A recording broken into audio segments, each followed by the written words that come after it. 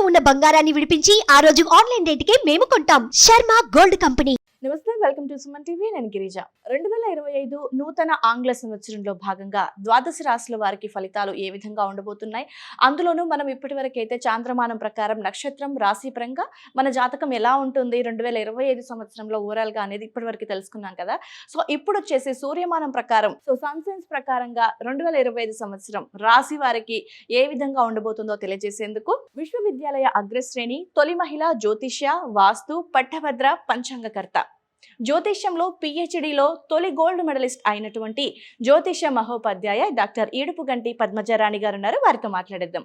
నమస్కారం మేడం. నమస్కారం మేడం, సింహరాశి వారికి ఈ ఆంగ్ల నూతన సంవత్సరంలో 2025లో అసలు ఏ విధంగా ఉండబోతుంది సన్ సైన్స్ ప్రకారం చూస్తే గనక?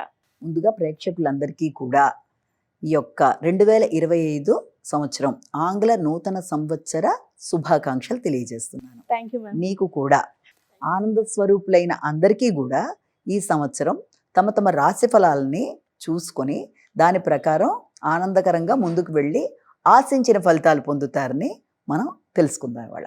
మామూలుగా నక్షత్ర పరంగా చూస్తూ ఉంటారు కదా ఎవరైనా సరే. సో మరి కొంతమందికి నక్షత్రాలే ఉండవు అని అంటారు, వాళ్ళకు డేట్ ఆఫ్ బర్త్ అయితే ఉంటుంది. మరి అలాంటి వాళ్ళకి రాశి పరంగా సో జ్యోతిష్యం అనేది ఏ విధంగా చెప్తారు మ్యామ్? అంటే నువ్వు అన్నట్టుగా ప్రతి వాళ్ళకి కూడా అందరికీ నక్షత్రాలు ఉంటాయి కానీ తెలియదు అంతే. ప్రతి మనిషికి 27 నక్షత్రాల్లోనే ఏదో ఒకటి అవుతుంది, కానీ అది ఏదో కారణం రీత్యా పుట్టినప్పుడు వేయించుకోకపోవడం వల్ల లేకపోతే పెద్ద ఆసక్తి లేకపోవడం వల్ల దాన్ని ఇది చేస్తారు. కానీ అలాంటప్పుడు ఏంటంటే ఎక్కువగా సన్ సైన్స్ రీత్యా చూసుకుంటూ ఉంటారు. సన్ సైన్స్ అంటే ఏంటంటే ఆ నెలలో పుట్టిన వాళ్ళు, అంటే ఈ తారీఖు నుంచి ఈ తారీఖు దాకా, ఇప్పుడు ఏప్రిల్లో పుట్టారు వీళ్ళు, అలాగే మార్చి ఈ తారీఖు నుంచి ఈ తారీఖు దాకా వీళ్ళు ఏరిస్లోకి వస్తారు. అలా వరుసగా 12 రాసుల వాళ్ళకి కూడా తారీఖులు అంటే పుట్టినరోజు ప్రకారం వాళ్ళు ఏ రాశిలోకి వస్తారు సన్ సైన్స్ అంటారు దాన్ని, ఇంగ్లీష్లో జోడియాక్ సైన్స్ ప్రకారం తీసుకుంటే దాని ప్రకారం ఏంటంటే అందరికీ వాళ్ళ బర్త్డే అయితే దాదాపుగా తెలుస్తుంది కదా. నక్షత్రాలు అయితే డౌట్ ఉన్నా కాబట్టి డేట్ ఆఫ్ బర్త్లు కనీసం తెలిస్తే, డేట్ ఆఫ్ బర్త్లు కనీసం ఏ డేట్న పుట్టారో దాని ప్రకారం మనం చెప్పుకోబోయే రాశి ఫలితాలు ఆ నెలలో దేంట్లోకి వచ్చారో చూసుకొని మేషరాశి, వృషభ రాశి అని అలా చూసుకుంటూ పెడతారు. అంటే నక్షత్రం మనకు తెలుస్తుందా మ్యామ్? సన్షైన్స్ పరంగా చూసుకుంటే మనకు అంటే రాశి తెలుస్తుంది, ఓకే. డేట్ పరంగా చూసినప్పుడు మనకు నక్షత్రం ఇది అనేది క్లారిటీగా తెలుస్తుంది అంటారా? మరి నక్షత్రం వేరు, రాశి ప్రకారం తెలుసుకోవడం వేరు. నువ్వు పుట్టిన తారీఖు బట్టి కరెక్ట్గా డేటు, టైము, ప్లేస్ ప్రకారం నువ్వు వేసుకుంటే దాని ప్రకారం నక్షత్రం వస్తుంది. అలాగే కొంతమంది అలా వేయించుకోకుండా వదిలేసిన వాళ్ళకి ఎలా ఉంటుందంటే, అయ్యో మాకు డేట్ ఆఫ్ బర్త్లో డేట్ అయితే తెలుసండి కానీ మాకు రాశి ఫలాలు తెలుసుకోవాలని ఉంది కానీ మాకు నక్షత్రం తెలియదు అన్నప్పుడు అప్పుడు ఏం చేస్తామంటే ఈ రూపంలో, అంటే సన్ సైన్స్ ప్రకారం ఈ తారీఖు నుంచి ఈ తారీఖు మధ్య పుట్టిన వాళ్ళు మేషరాశి, ఈ తారీఖు నుంచి ఈ తారీఖు మధ్య పుట్టిన వాళ్ళు వృషభ రాశి అన్నప్పుడు దాంట్లో ఫలితాలు చూసుకుంటూ వాళ్ళు, అది కూడా దాదాపుగా వాళ్ళకి వీళ్ళకి పెద్ద తేడా అయితే ఉండదు. జనరల్గా ఇలా వెళ్ళే వాళ్ళు ఇలా కూడా పెడతారు. సన్ సైన్స్ ప్రకారం తీసుకున్నట్లయితే జూలై 23 నుంచి ఆగస్టు 22 దాకా సింహరాశిలోకి వస్తారు. ఓకే, ఈ తేదీలో పుట్టిన వాళ్ళు, అంటే జూలై 23 నుంచి ఆగస్టు 22 దాకా పుట్టిన వాళ్ళు ఇది మనకి సింహరాశిలోకి వచ్చి దాని కింద వాళ్ళు ఈ ఫలితాలు లాంటివి చూసుకుంటూ ఉంటారు అనమాట. అలా చూసుకునేటప్పుడు ఈ సంవత్సరం వాళ్ళకి ఎలా ఉంటుంది అంటే, మొట్టమొదట జాబ్కి సంబంధించిన విషయాలు, కెరీర్కి సంబంధించిన విషయాల్లో చాలా ఎక్కువ స్ట్రగుల్ అవుతారు. ఆశించిన స్థాయిలో ఫలితాల కోసం వీళ్ళు చాలా స్ట్రగుల్ అవుతారు. దానికి సంబంధించిన గుర్తింపు కన్నా, గౌరవం కన్నా, ఫైనాన్షియల్గా కన్నా ఈ రకమైన గుర్తింపు గౌరవాలు అనేవి ఏర్పడతాయి. వాటిల్లో గొడవ లేదు, కానీ ఏంటంటే ఆర్థిక సంబంధమైన విషయాలలో మాత్రం కొంత ఆశించిన స్థాయిలో లేకపోవడం, ఆర్థికంగా అంటే ఎదురు చూస్తున్న అమౌంట్స్ విషయం కావచ్చు, అయితే మాట్లాడేటప్పుడు కూడా కుటుంబ వ్యక్తులతో వాళ్ళ అనుకునేది ఒకటి, వీళ్ళు అర్థం చేసుకునేది ఒకటి ఉండడం ఒకటి. తర్వాత వారి సహకారంతో, అంటే కుటుంబ సహకారంతో కానీ, ముఖ్యులు అనుకున్న వారి సహకారంతో కానీ వీళ్ళు ఏంటంటే విద్యాపరమైన విషయాల్లో, వాహనాలకు సంబంధించిన విషయాల్లో అనుకూలతలు సాధిస్తారు. అంటే వాటికి సంబంధించిన విషయాల్లో వీళ్ళ కోఆపరేషన్ అనుకో అదొకటి అనుకూలంగానే ఉంటుంది. ఇక రెండోది ఏంటంటే వీళ్ళకి ఈ యొక్క శత్రువులకు సంబంధించిన విషయాలు, అంటే మన మీద రహస్య శత్రువులు ఉండడం, వాళ్ళు మనం ఓవర్కమ్ చేయడానికి చేసే ప్రయత్నాల వల్ల వీళ్ళకి కొంచెం స్ట్రగుల్ అనేది మాత్రం అధికంగా ఉంటుంది. అంటే ప్రొఫెషనల్ గా, ఇదంతా ప్రొఫెషనల్ గా వీళ్ళకి ఇలాంటివి ఉంటాయి. తర్వాత వచ్చేప్పటికి ఏంటంటే తర్వాత నెక్స్ట్ కంటిన్యూషన్ ప్రొఫెషనల్ గా విషయంలోనే అభివృద్ధికరంగా ఉంటుంది, ఆదాయపరమైన విషయాల్లో అభివృద్ధికరంగానే ఉంటుంది. తర్వాత ఆర్థిక సంబంధమైన విషయాలు అనుకూలంగానే ఉంటాయి.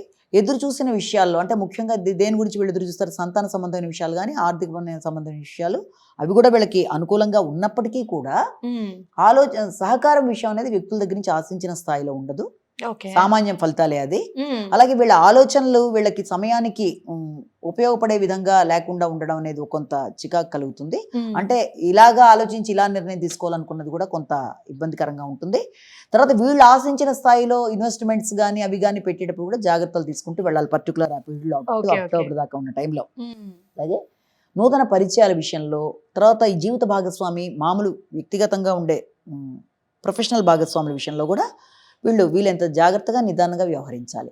ఆ పర్టికులర్ పీరియడ్ అంటే నేను మే టు ఈ యొక్క అక్టోబర్ టైం దాకా. తర్వాత వచ్చేటప్పటికి ఏమవుతుందంటే లాస్ట్ స్పాన్ లో వీళ్ళకి ఒకటి తీర్థయాత్రలు, పుణ్యక్షేత్రాలు, తర్వాత చారిటబుల్ ట్రస్ట్లు, వాటికి వీళ్ళు డొనేషన్లు ఇవ్వడం, గౌరవం గుర్తింపు లభించడం, పెద్దవాళ్ళని కలవడం, వాళ్ళ ఆశీస్సులు తీసుకోవడం, ఇలాంటివన్నీ అనుకూలంగా ఉంటాయి. తర్వాత వాహన సౌకర్యం, విద్యా సౌకర్యం, సౌఖ్యాలు ఇవన్నీ కూడా బాగానే ఏర్పడతాయి. తర్వాత వచ్చేటప్పటికి ఈ యొక్క ఖర్చులు అయినా కూడా మంచి ఖర్చులు అవుతాయి, ఉపయోగకరమైన ఖర్చులు పెట్టానని. అంటే కొన్నిసార్లు మనం ఖర్చు పెట్టిన తర్వాత అయ్యో దాన్ని వేస్ట్ చేసి అలా ఫీల్ అవ్వాల్సిన అవసరం లేకుండా దానికి ఒక ఉపయోగం అనేది ఉండే ఖర్చు అనేది ఏర్పడుతుంది. కాబట్టి ఇతరులు ఇబ్బంది పెట్టడానికి ట్రై చేసినా కూడా ఆ విషయంలో వీళ్ళే వాళ్ళని అధిగమించడానికి అప్పుడు బలం కూడా చేకూరుతుంది. తర్వాత దాంతో పాటుగా ఇంకోటి ఏంటంటే సాంఘిక సంబంధాల విషయంలో, జీవిత భాగస్వామి విషయాల్లో ఫస్ట్ హాఫ్ లోనే వీళ్ళకి అనుకూలత అనేది కొంత ఉన్నప్పటికీ కూడా తెలియని అసంతృప్తి అనేది ఒకటి, స్నేహాల వల్ల తెలియని అసంతృప్తి ఒకటి, తర్వాత వ్యక్తిగతంగా కొంచెం హెల్త్ మీద వీళ్ళు కాన్సన్ట్రేషన్ అనేది తగ్గడం వల్ల బద్ధకం అలాంటివి, పనులలో ఆలస్యాల ఆటంకాలు ఫస్ట్ ఒక 3-4 మంత్స్ ఇలా ఉంటుంది. ఆ తర్వాత వచ్చేటప్పటికి మాత్రం ముఖ్యంగా మాత్రం ఆరోగ్య విషయంలో మాత్రం ఖచ్చితంగా శ్రద్ధ తీసుకోవాలి. ఆరోగ్యం కానీ, ఇన్వెస్ట్మెంట్స్ కానీ, తర్వాత ఇలాంటి విషయాల్లో ఖచ్చితంగా ఆ టైంలో వీళ్ళు డెఫినెట్గా తర్వాత వచ్చే టైం అంతా కూడా వీళ్ళు చేయవలసింది ఏంటంటే శనికి సంబంధించిన సాటర్న్ రిలేటెడ్ శ్లోకాలు వినడం, లేకపోతే దాంతోపాటు సుందరకాండ ఇలాంటివి వినడం కానీ, ఇలాంటివన్నీ కూడా వాళ్ళకి సమస్యను అధిగమించే విధంగా ముందుకెడతారు. కాబట్టి అది చాలా అవసరం ఉంటుంది. అదే టైంలో ఇంకా ఏంటంటే వీళ్ళకి ఆరోగ్యపరమైన విషయాల్లో మాత్రం ఎక్కువ జాగ్రత్తలు తీసుకోవాలి.